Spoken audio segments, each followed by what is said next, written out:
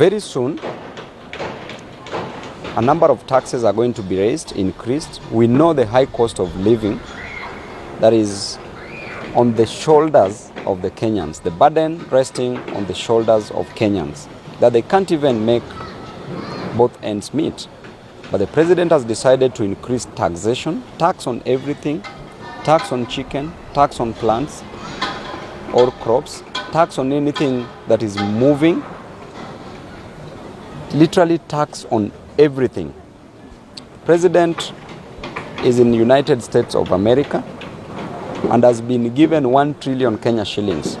And therefore, with this money, we don't expect the president to overtax Kenyans again, because he's gone to the United States of America and has been given money. The problem is that we don't know where this money goes to. Most of this money is lost through corruption. Most of this money is just misappropriated, pilfered, defrauded. And therefore, the money that has been given to the president should be used for development, should be used as a source of revenue for any other important issue that must be solved in this country. So the president must not move to overtax Kenyans, because as we speak, he has money. So we don't know any other money that he expects. He already has 1 trillion Kenya shillings. As of today, he has 1 trillion Kenya shillings. That 1 trillion Kenya shillings should not be misused, should not be abused. And therefore, we are watching.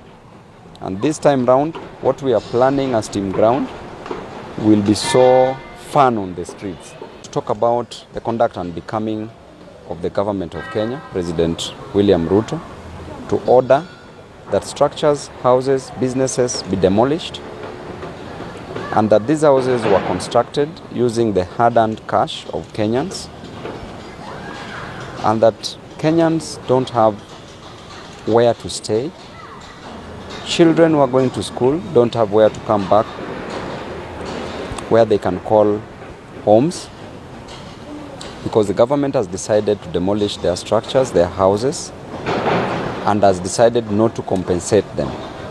Today, there's demolition ongoing at Gikomba Market, where people are going to lose businesses, stocks that they've decided to invest millions and multi-millions of Kenya shillings.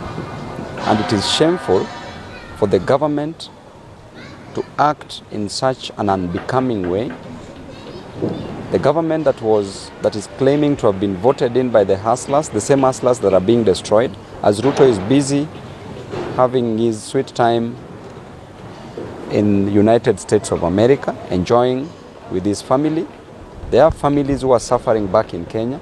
There are families who don't have anywhere to go. There are children who will leave school in the evening but find that there are no houses where they will go back to.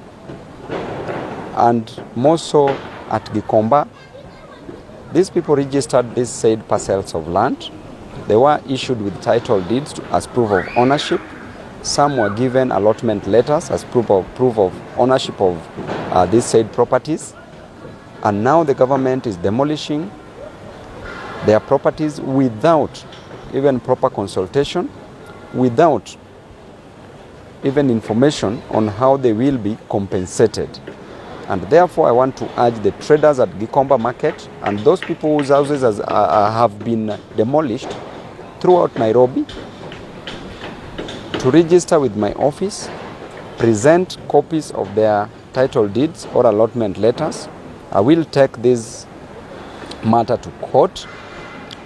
I will file a constitutional petition, and the prayers we shall seek for will be costs that shall be borne by the government.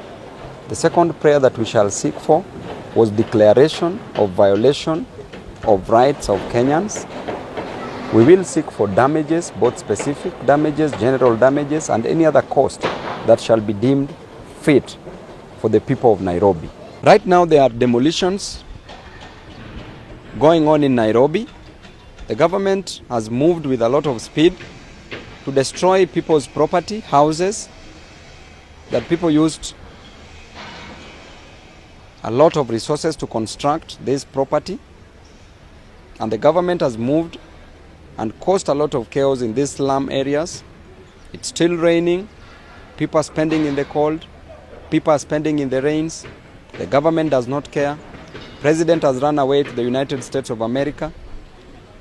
He's gone there to have fun, because when we see him, he's just greeting people, merrying around, using 200 million to hire a private jet, while that 200 million can be used to resettle these flood victims, further adding insult to an injury by destroying their houses.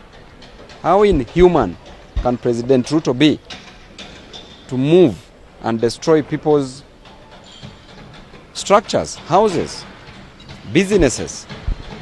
We will not take this lightly as Nairobians, because this is affecting so many lives. Over 40,000 lives, over 40,000 families in Nairobi are being affected. They are being left homeless, and the president is advising them to build on the hill. The only house on the hill is State House. So should they come and get accommodated at State House? And number two, you constructed the affordable housing, the houses that you've been promoting day in, day out for hustlers. Why can't you give these hustlers these houses? We don't support the demolitions that is taking place across Nairobi, and that is affecting the livelihood of so many families. Children cannot go to school simply because they don't have where they will come back to as a house. So we need to treat Kenyans with a lot of respect, treat Nairobians with a lot of respect. And these demolitions must stop with an immediate effect. Thank you. Thank you very much, Kenyans. I want to talk about the junior secondary school teachers. These teachers have been frustrated by the government. The government has refused to confirm these teachers as permanent and pensionable teachers. They were promised 1 year ago that they were going to take the internship program for a period of 12 months. Thereafter, they were supposed to be confirmed as permanent and pensionable teachers, earning at least a sizable amount of money. Right now, a junior secondary school teacher is earning 17,000 Kenya shillings. That teacher has children, has other expenses to take care of, rent, food, clothing, transport, children to pay fees for them, and they cannot afford using that because the money is too little. In the hardship areas, the JSS teachers should be paid 47,000 Kenya shillings, 47,000 Kenya shillings, and in other areas they are supposed to be paid 38,000 Kenya shillings, and therefore the government should keep their promise. The court has already made a ruling, and the government should not go against this ruling. There should be no contempt of the court's decision to employ the JSS teachers as permanent and pensionable teachers, and therefore they should not be discriminated on, which is against the spirit of the Constitution. They should be treated as normal teachers. They should be given these jobs because they deserve these jobs. And as Babu Owino, together with other members of parliament, we stand with the JSS teachers. Thank you and God bless you.